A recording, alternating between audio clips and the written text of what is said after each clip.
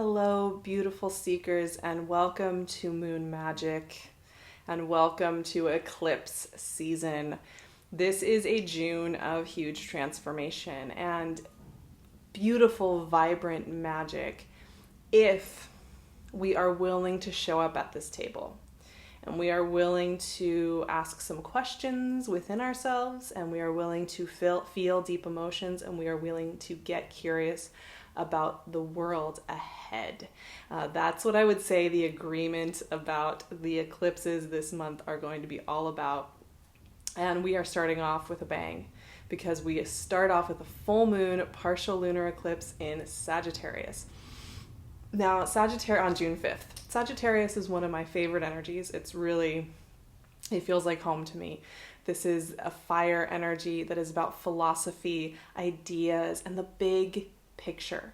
It's ruled by Jupiter, so it's all about expansion and joy and what we want to grow and what we want to see grow in the world. And it's also a really blunt, clear, opinionated energy as well. I often find the full moon, regardless of eclipse or not, is a big truth bringer, helps to show us and illuminate the path forward in really crisp, clear, strong terms. And eclipses may seem overwhelming, when you hear that. It's kind of this, maybe it's going to be a really hard week or a hard few days. Eclipses hit everyone differently, depending on the year, depending on the energy. We all experience them differently. But the way I'd love you to think about a partial lunar eclipse in a sign like Sagittarius is this is really about transformation. This is mutable energy. This is energy that wants us to shift gears, to explore, to experiment with ourselves and not get rigid and stuck in a box. Eclipses already do this, but in mutable energy, like the mutable fire sign of Sagittarius, it's really asking this of us. And of course, a full moon in Sagittarius is going to be opposing a sun in Gemini. And these two are hanging out right in the smack dab middle of Gemini season. And the moon will also be opposing Venus retrograde in Gemini, just a few degrees away at 12 degrees of Gemini. So this is really interesting. This eclipse, and actually this whole eclipse season, is happening during Venus retrograde. So it's bringing up this idea of the past. What is the past? How does it affect us? Is it serving us, and where can we release it? And it does contextualize this eclipse action into letting go of the past. Now, a lot of us have been having visitations from the past, whether literally from people reaching out and contacting us, to having dreams, to just going down memory lane and feeling emotions about that, or coming to terms with things around that. This has been a really powerful first few weeks of Venus retrograde for that. And during this lunar eclipse and during this full moon, we have no exception here. But one of the first lessons that comes up here in contextualizing this eclipse within all the energy around it is that this moon is going to be asking us to say, acknowledge the past, yes, but not to objectify it and make it into this thing that determines who we are today and who we are going to be in this big, expansive next stage of life. Once again, a full moon lunar eclipse in Sagittarius is going to be asking us to look at what we want to expand, what we want to step into, how we can imagine past our usual limits of perception. And part of that is going to have to be to agree that the past is not an object or a being that holds us and tells us who we need to be, but that we can acknowledge it and also know that it's irretrievable, which means that we have to choose now. That can work on a lot of different levels. I think that can absolutely work with any type of healing around relationship and worthiness in your life. With family, with lovers, with money, with self-love, depending on what you have going on, any of those themes could be coming up, right? This also helps us heal as a community and as a collective. A lot of really tough things have happened in human history. It's tough now. We have a lot of really horrific, violent things going on in our world right now that need to be addressed. there's been a lot that's happened over decades and centuries, right? And this moon is kind of saying, yeah, we should acknowledge that. It's true. There's been a lot of pain. We've done a lot of really interesting experiments in contrast and pain and repetition and cycles. We have. But if we let that be the measuring stick or the container through which we can perceptualize the world, and that's it, then we are no longer growing. We are no longer experiencing something different. We are just experiencing the same thing. So there's an invitation here, both in our own personal evolution, but also in the collective evolution, to say, acknowledge the past, and in that very acknowledgement, knowing that that can no longer contain us. That can no longer be the guiding point from which we do work. Now, this has a lot to do with the fact that the south node of the moon is working through Sagittarius, and we're having this eclipse reflecting that as well. And as we do the south node of the moon in Sagittarius work for the next year and a half, one of the things that's going to be coming up is paradigms and philosophies and worldviews about how we do things getting challenged, released, and turned over, right? To allow it to decompose and leave us in peace. And this full moon in many ways speaks to that, not only with the south node in Sagittarius, but also with Venus retrograde. This is a time to notice what we think of as still dictating who we are today and who we'll be in the future, but as a reminder that in fact that is the past, and it cannot be the thing that owns us. It does not own us. Now, on top of that, this moon is squaring Mars at 15 degrees of Pisces. So this is a perfect square.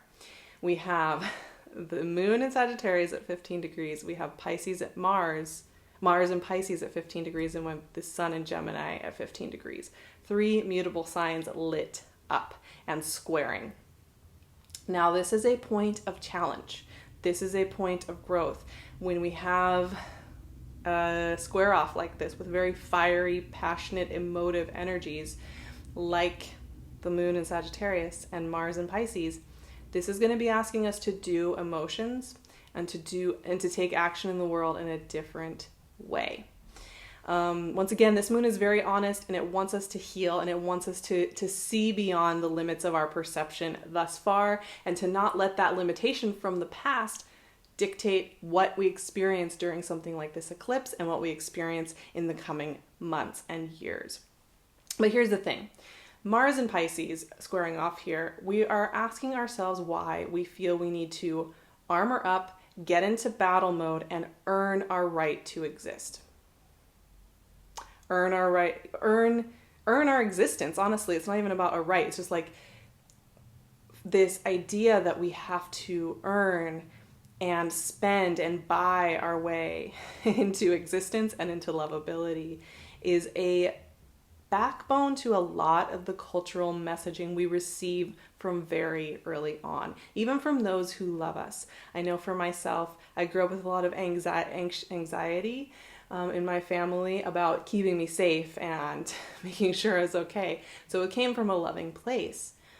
But the fear there was that if I was not very careful, if I was not very armored up, if I was not constantly looking around for getting caught, getting called out for existing, I'd be in trouble.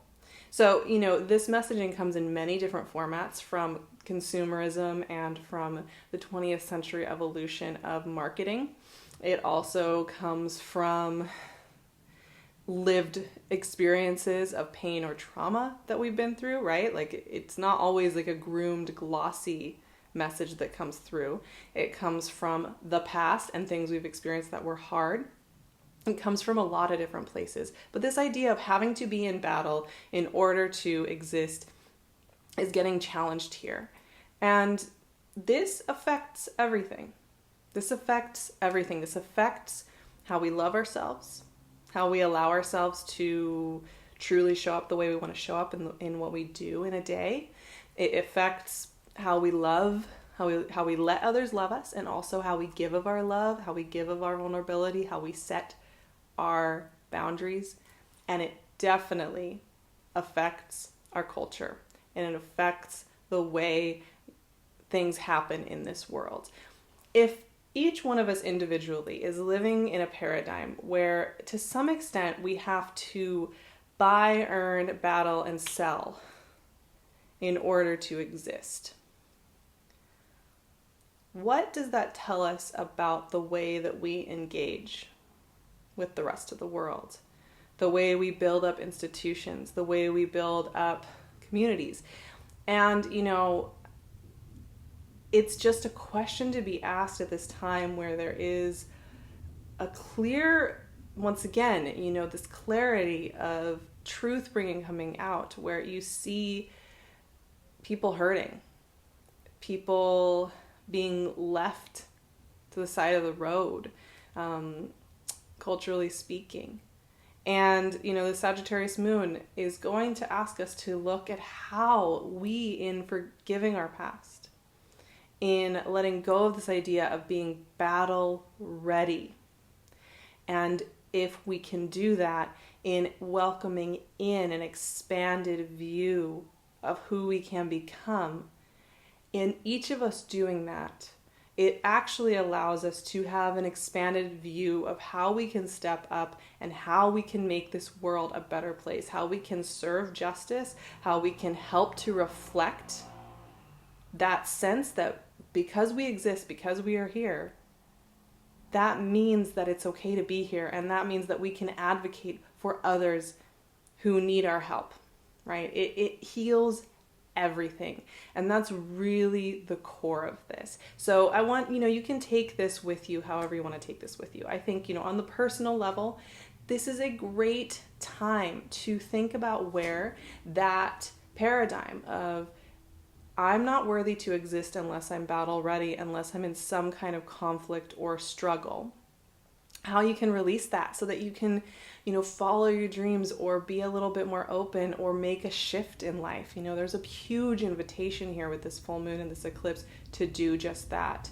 And to notice where that voice, whether it's your inner critic or somebody from your past who told you a part of your mythology that you think you have to follow, this is a great invitation to let that free, to acknowledge it and say, you know what though, that does not dictate who I am today and who I'm going to show up as today. Because guess what, when we let go of that confining, constricting box, we're so much better to able to show up as really beautiful people to those around us and to ourselves.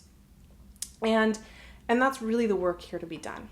Now, this moon has a little bit of this fiery, aggravated energy to it, right? I won't lie. This is, like I said, Sagittarian energy tends to be very blunt, and this kind of moon will just tell it plain and simple. Whatever it is that's changed inside of you, that's screaming and longing to change inside of you, is going to be bubbling up. This is a great time to witness yourself, to witness all your emotions, from frustration to grieving to joyfulness and optimism. And you may feel all of those. But this is also a moon to just, like I said, witness all of that and also relax into it. Do not feel that you need to, let yourself be frustrated or angry or have deep, dark emotions about the things going on in the world or about things that have gone on in your past or where you're feeling some itchiness, some aggravation. Find ways to express that are healthy. That's the main thing I would say.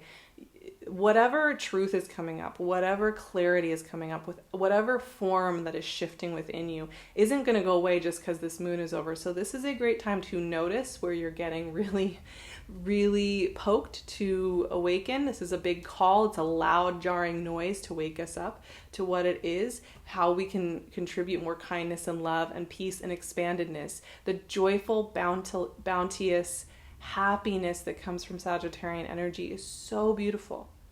And it's a part of our human spirit that's essential. And this moon is a huge invitation to that. So, aggravation and anger and frustration don't always mean that we're doing something wrong. Sometimes when we're feeling that bubbling kind of irritable sense of desire for change, it's a really great indicator of where we realize it is just time.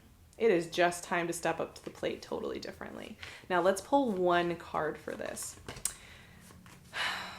And of course, We're going to be going on a much deeper dive over on Patreon. We're going to be doing some exercises, some breathing techniques when we get much closer to this moon. And that's a great, High Priestess is the card that wanted to come out. Now, this is a very Piscean energy. And once again, Mars is hanging out in Pisces right now, squaring off against this eclipse and this moon. And the High Priestess is maybe one of the greatest initiators of any energy. She's also an amazing witness, and she's also, right, the emotionally intelligent, intuitive witness to ourselves.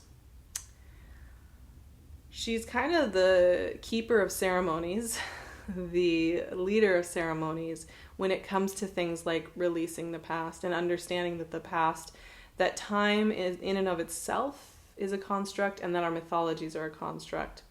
And when we sit in this foggy, mysterious space right here, anything is possible. But we have to remember that in that mysteriousness, it is our duty to find the love and the joy and the peace.